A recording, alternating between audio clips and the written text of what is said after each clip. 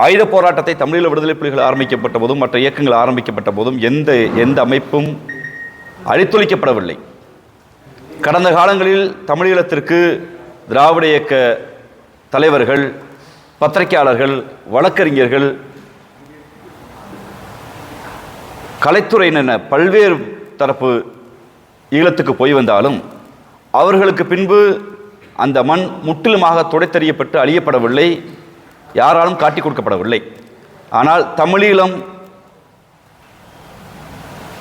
தமிழீழத்திற்கு சீமானவர்கள் போய் வந்த பின்பு ஒட்டுமொத்தமாக தமிழீழ மண் அழிக்கப்பட்டிருக்கிறது. நான் குற்றச்சாட்டு வைக்கிறேன், நாங்கள் குற்றச்சாட்டு வைக்க விரும்புகிறோம். 6-7 மாதங்களாக தமிழீழத்தில் தங்கியிருந்த இயக்குனர் சீமான் என்கிற போர்வையில் இருந்தவர் தமிழீழ விடுதலை புலிகளுடைய பதுங்கிடங்கள், தமிழீழ விடுதலை புலிகளுடைய போர் தளவாடங்கள், தமிழீழ விடுதலை புலிகளுடைய தளபதிகள் யார் என்று உளவு பார்த்து சிங்கள அரசுக்கும் பன்னாட்டு அரசுக்கும் கொடுத்ததால் அதன் விளைவாக தமிழீழம் முற்றுமாக 2009ஆம் ஆண்டு அழிக்கப்பட்டிருக்கிறது குற்றச்சாட்டை வைக்க விரும்புகிறோம்.